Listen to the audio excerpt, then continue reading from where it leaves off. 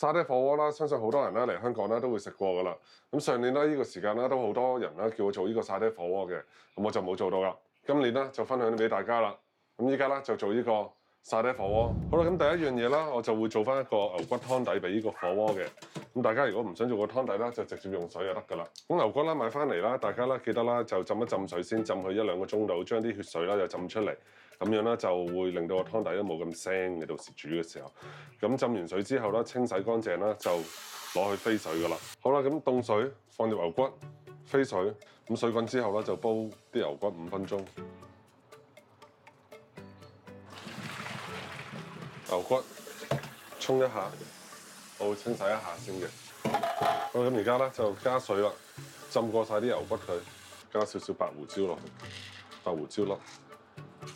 好，咁而家就煲佢3個鐘。咁我哋出去食啊，呢個沙爹火鍋湯底啦，通常咧佢都會有好多花生啊，同埋麻醬啊喺個湯底入邊嘅。咁我就你中意攞個鑊去控佢就得，打入焗爐都冇所謂。開焗爐嘅時候就小心啲，唔好辣親人。我大地魚攞出嚟先，攞啲布啦抹乾佢得㗎啦，攞啲乾嘅毛巾，唔好攞水洗。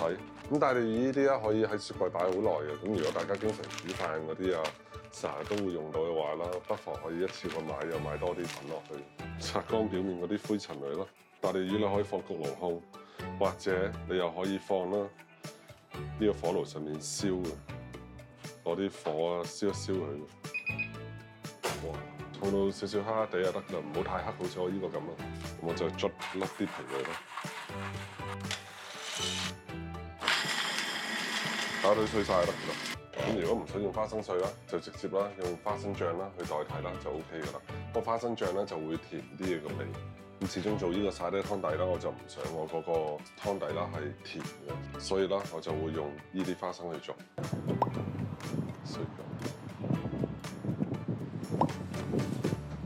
好啦，咁我而家個湯咧就煮咗有2個半鐘啦，咁我就細火啦，再煮多佢1個鐘就得㗎啦。將啲大地魚肉同埋一啲蝦米啦，就放入去個攪拌機度攪。咁呢度我就將啲蝦米同埋大地魚咧就全部攪碎晒佢嘅，攪多一下先。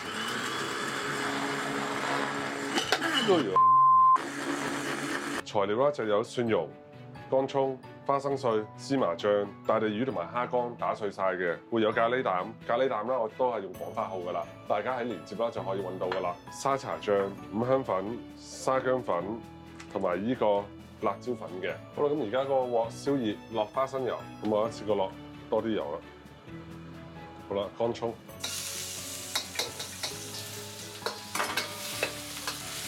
咁啊，開中火啦，唔太大啦。啲蒜啦，記得攞啲水啦，洗一洗佢啊。千祈唔好炒燶個醬啊！辣椒粉、沙薑粉、五香粉，少少呢個海味、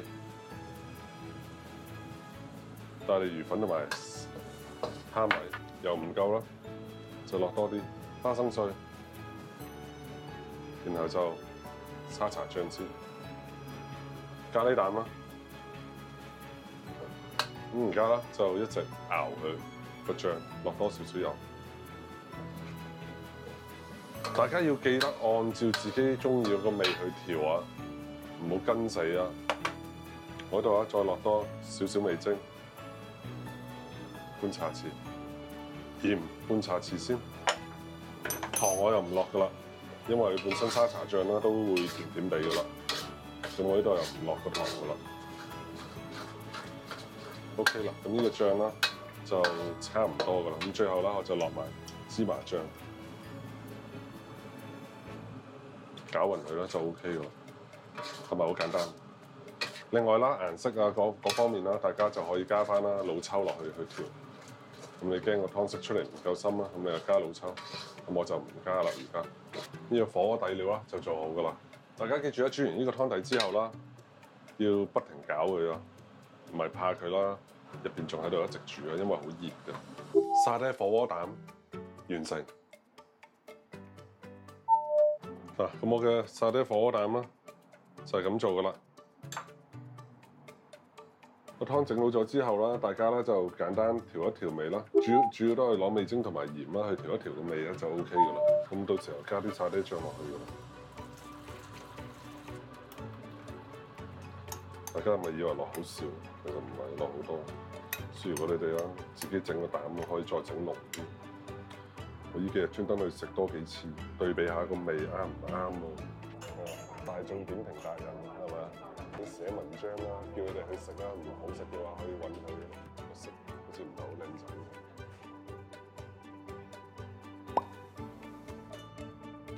咦？我哋買咗2盒魚皮餃咩？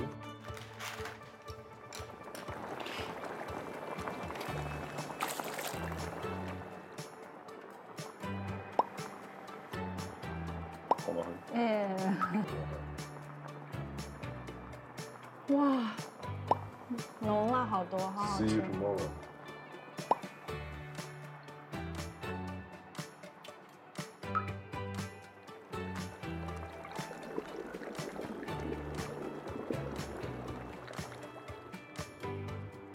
食沙爹火鍋都冇公仔麵係唔得嘅。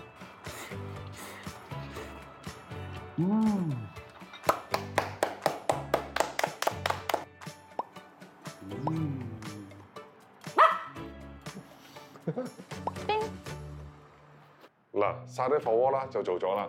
咁喺飛地入邊做出嚟嘅沙爹醬啦，個份量咧就大概係250毫升到300毫升左右嘅。咁啦，只係夠我鴛鴦鍋嘅一半去用啫。咁我呢度一半啦，就係1.5公升水嘅。咁如果你全鍋嚟計嘅話啦，咁就可能咧要做 double 嘅份量。所以臨尾啦，呢個食譜啦，我就會做呢個3公升左右嘅份量啦，係俾大家嘅。咁另外啦，喺煮呢個醬嘅途中啦，個油係要落好多嘅。咁如果你煮出嚟，你感覺啲油唔夠好乾嘅話啦，咁你就要加多啲油啦。你唔加多啲油嘅話啦，咁嗰啲醬咧就好容易炒燶啊等等嘅。食譜啦就喺度啦，大家啦就點翻個 like 俾我。希望你哋中意今次呢個 video，下期見，拜拜。